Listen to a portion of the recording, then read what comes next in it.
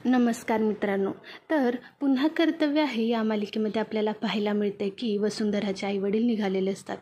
तेव्हा वसुंधराचे वडील म्हणतात की बाळा, आम्हाला फक्त तुझं चांगलं हवं आहे, बाकी काही नाही. त्या विशाखा मॅडमांपासून खरंच तू 2 हात लांब राहा. त्यावर त्याची आई म्हणते की ऐकशील ना गं माझं बाळा वसुंधरा. वसुंधरा म्हणते की हो, आता माझ्याकडे दुसरा काही पर्याय आहे का. हे ऐकल्यानंतर ते म्हणतात की तू फक्त खुश राहावं, बाकी काही नाही. बरं आम्ही निघतो आता, असं म्हणून ते जातात. तिकडे वसुंधरा आपली रडत असते. तेवढ्यात अहोनी तिथे येते आणि म्हणते की अगं बाई, गेले पण का ते इतक्यात.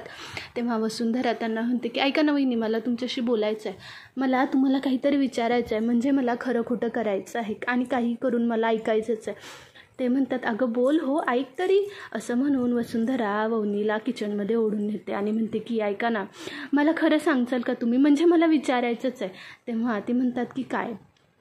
तेव्हा वसुंधरा विचारते की हे सगळं आकाशरावांनी भोगलेलं खरं आहे का, एवढं सगळं भोगलं आहे त्यांनी. हे ऐकल्यानंतर अवनी जरा विचारात पडते, तिच्या डोळ्यात पाणी येतं आणि म्हणते की तुला हे सगळं कोणी सांगितलं.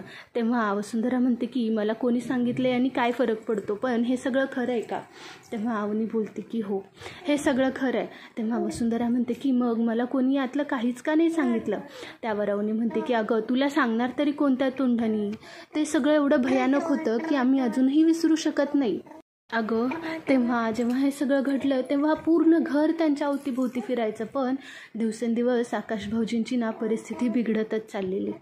आणि आम्ही आकाश भाऊजींना या सगळ्या अवस्थेत बघून खरंच खूप घाबरलो होतो. आम्ही त्यांना बाहेर काढण्यासाठी काहीच करत नव्हतो. वसुंधराचा हातात हात घेते आणि म्हणते की वसुंधरा, मान्य आहे की तू त्यांची बायको आहे आणि तुला सगळं जाणून घेणं खूप महत्त्वाचं आहे, पण आम्ही तरी काय करणार सांग ना. आकाश भाऊजींसोबत हे सगळं घडलं, त्यांना आपण काय करतो ह्याचंसुद्धा भान नव्हतं. आणि त्या मुली खूप तान्ह्या होत्या गं. आणि आता तुला या मुलींमध्ये जेवढे आकाश भाऊजी गुंतलेले दिसतात आहे ना, तेवढे ते त्यांच्याकडे बघतसुद्धा नव्हते. खूप वाईट परिस्थिती होती अगं ती. तेव्हा अवनी वसुंधराला सांगायला लागते की अगं परिस्थिती इतकी भयानक होती की त्या मुली रडत राहायच्या, पण आकाश कधी त्यांच्याकडे बघितलंसुद्धा नाही. अवनीला आधीचा प्रसंग आठवायला लागतो. तिथे मनू रडत बसलेली असते आणि आकाश इरावतीचा फोटो घेऊन रडत बसलेला असतो. तेव्हा जयश्री आणि अवनी त्याच्या रूममध्ये पोचतात आणि आकाश भाऊजींना उठवण्याचा प्रयत्न करतात, पण ते कसल्याच शुद्धीत नसतात. तेव्हा जयश्री त्याला खूप आरडाओरडा करून सांगत होती की अरे आकाश, तुझं लक्ष कुठे, इकडे मनू रडतीये, किती कष्टाने चिनूला झोपवले आणि आता मनू रडतीये, तिला थोडा वेळ तरी झोपू दे. पण आकाश काहीच ऐकत नाही. अवनी त्या मनूला घेते आणि शांत करण्याचा प्रयत्न करते. अवनी तिला मनूला घेऊन आकाशरावांजवळ जाते आणि म्हणते अहो हिच्याकडे बघा तरी, ती किती रडतीये. पण आकाश काहीच बघत नाही आणि उठून तिथून निघून चालायला लागतो. या दोघीसुद्धा त्यांच्याकडे बघतच राहतात. त्यांना काय करावं हे कळत नाही. कसं तरी मनूला अवनी शांत करते. हे सगळं झालं की वसुंधराला खरंच खूप मोठा झटका बसतो. ती म्हणते की म्हणजे हे सगळं खरं आहे. तेव्हा ती म्हणते की अवनी हो, हे सगळं खरं आहे. अगं एवढ्यात मोठा त्यांना धक्का बसला होता की त्या दिवस नाही कळायचा, रात्र नाही कळायची, तिथे स्वतःला कोंडीत खोलून घ्यायचे. एकदा तर त्यांनी स्वतःला इरावतीचा फोटो घेऊन जीव देण्याचा प्रयत्न केला. अगं त्यांनी सगळ्या गोळ्या खाऊन घेतल्या. आम्ही सगळे दरवाजा वाजवतच राहिलो. त्यांना कसलंच भान राहिलं नव्हतं. वसुंधराला हे सगळं कळाल्यानंतर खरंच खूप मोठा धक्का बसला होता. आकाश स्वतःला एकटा खोलीत कोंडून एवढं सगळं करेल यांना हे कदाचित वाटलंसुद्धा नव्हतं. तेव्हा वसुंधरा खूप रडते आणि आपल्या खुर्चीवर येऊन बसते. तेव्हा अवनी तिला धीर देत म्हणते की अगं वसुंधरा, पण तू काळजी का करते, आता सगळं ठीक आहे आणि आकाशरावांमध्ये आता तसं काहीच राहिलेलं नाही. ते खूप छान झालेत आत्ता आणि गेलेल्या गोष्टी कशाला परत आपण उकरून काढायच्या ना. आता ते खूप व्यवस्थित आहेत आणि का नाही असणार तुझ्यासारखी एवढी छान बायको ज्यांना भेटली आहे ते कायम खुशच राहणार ना. वसुंधरा त्यांच्याशी खूप रडत असते. त्यांना अवनी तिला कुशीत घेते आणि म्हणते की काळजी करू नको वसुंधरा, झालेल्या गोष्टी कशाला आपण त्याकडे लक्ष द्यायचं ना, तू आत्ता बघ किती आकाशराव खुश आहेत. वसुंधरा मनातच म्हणते की म्हणजे विशाखा मॅडम कितीही त्यांच्या मनात विष असलं तरी ते ज्यांनी बोललं आकाशरावांबद्दल म्हणजे ते सगळं खरं होतं. म्हणजे आता मी काहीही करू शकत नाही. माझ्या मनाची परिस्थिती कितीही ढासळली तरी मी आकाशरावांना सत्य सांगू शकत नाही, कारण माझं सत्य जर त्यांना कळालं तर ते पुन्हा ढासळतील आणि मी ती बघू शकत नाही. त्यामुळे आता जे होईल ते मला गप्प सहन करणं भागच आहे आणि मला गप्प राहावंच लागेल असं म्हणून ती डोळं पुसते. इकडे आकाश रिद्धीच्या रूममध्ये जातो आणि म्हणतो की रिद्धी बाळा काय अभ्यास करते का? तेव्हा रिद्धी पुस्तक वाचत असते. तेव्हा म्हणते की नाही रे, असाच टाईमपास करते. तेव्हा आकाश म्हणतो की ठीक आहे मग या रे, असं म्हणून चिनू, मनू आणि बनीला सगळ्यांना रिद्धीच्या रूममध्ये आणतो. हे ऐकल्यानंतर ती म्हणते की अरे दादा हे काय आता, हे काय करतात माझ्या रूममध्ये? तेव्हा आकाश म्हणतो की ऐक ना रिद्धी, माझं तुझ्याकडे एक काम होतं, तू यांना जरा सांभाळशील का? ह्यांना गेम खेळ, हॉरर फिल्म बघा, तुम्ही खूप मज्जा करा. रिद्धी म्हणते की हे काय, गेल्या वेळेस काय झालेलं तुझ्या लक्षात आहे ना? तेव्हा तो म्हणतो की हॉरर फिल्म कॅन्सल, कॅरम खेळा. हे ऐकल्यानंतर रिद्धी म्हणते की का रे, यांना तू माझ्या रूममध्ये का पाठवतोय? तेव्हा आकाश म्हणतो की अगं ऐक ना रिद्धी, बाजूला घेतो आणि म्हणतो की रिद्धी मला ना वसुंधरासोबत थोडासा टाईम स्पेंड करायचा आहे. ते काय ना, त्यांनी मला एक व्हॉईस नोट पाठवली आणि त्यांनी मला सांगितलं त्यांचं माझ्यावर किती हे बोलणारच इतक्यात. रिद्धी म्हणते प्रेम आहे असं म्हणून ते गोल फिरवायला लागते. आकाश म्हणते अगं हळू, पण मी तुला हे सगळं का सांगतोय, तू यांना 2 तास माझ्या रूममध्ये पाठवायचं नाहीस.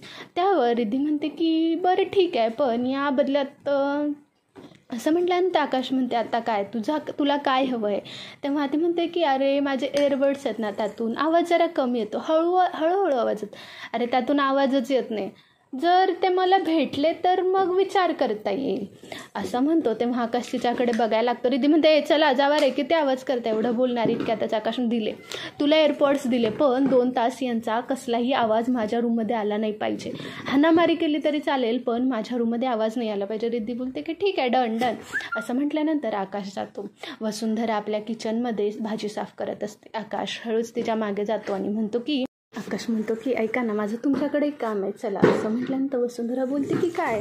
आकाश म्हणतो की डोळे बंद करा. तो तिच्या डोळ्यावर हात ठेवतो आणि म्हणतो की मी म्हणतोय तसं फक्त चला. आणि आकाश तिला आपल्या रूममध्ये घेऊन जातो. ती रूम पूर्ण तो डेकोरेशन करतो. वसुंधराला रूममध्ये गेल्यानंतर डोळे सोडतो आणि म्हणतो की बघा. हे बघितल्यानंतर वसुंधरा 2 मिनटं शॉकमध्ये जाते आणि म्हणते की अहो हे काय? तेव्हा आकाश असंच तिची मस्करी करत म्हणतो काय नाही, थोडी फुलं आहेत, फुगे आहेत, थोडंसं डेकोरेशन आहे, बाकी काही नाही. तेव्हा वसुंधरा हसते आणि म्हणते की ओके. आकाश म्हणतो की जायचं का? तेव्हा वसुंधरा हो म्हणते आणि चालायला लागते. ती सगळं बघते. तेव्हा वसुंधरा म्हणते की अहो या सगळ्याची काय गरज होती? आकाश म्हणतो की का गरज नव्हती? तुम्ही माझ्यासाठी एवढी छान व्हॉईस नोट पाठवली आणि मी त्याच्या तोड काहीतरी करायला नको का? असं म्हणून तो तिला सरप्राईज देत असतो. आकाश वसुंधराला खूप छान सरप्राईज देतो. वसुंधरा बघून ते सुद्धा खूप खुश होते. वसुंधरा मनापासून थँक्यू म्हणते आणि ते दोघं म्हणतात की आज मी तुमच्यासाठी डिनर प्लॅन केला आहे. ते आतमध्ये आपले जेवायला लागतात. तिकडे जयश्री आणि अवनी किचनमध्ये असतात. तेव्हा जयश्री म्हणते की हे काय, एवढा वेळ झाला तरी जेवायला कोणीच का नाही आलं? तेवढ्यात तिथून तनया पळते. त्याने म्हणते की आले चला आपण बसूया. जयश्री म्हणते की ये बस जेवायला, तू तर ये. तेव्हा तनया म्हणते की नाही, मी जरा वहिनींना मदत करते, त्या एकट्याच खूप वेळ काम करतात आहेत ना. तेव्हा जयश्री म्हणते की नाही, पण बाकी सगळे कुठे आहेत? आकाश आणि वसुंधरा कुठे आहेत? ते दोघं येणार नाहीत का? तेव्हा अवनी म्हणते की नाही, ते दोघं आज आपल्यासोबत जेवायला नसतील, त्यामुळे आपण जेवायला घेऊया का? जयश्री म्हणते की हे काय, घरात गणपती आणि ते बाहेर जेवायला गेलेत? अवनी म्हणते की नाही, ते बाहेर नाहीत, ते इथेच आहेत आपल्या रूममध्ये. आज ते आपल्या रूममध्ये डिनर करणार आहेत.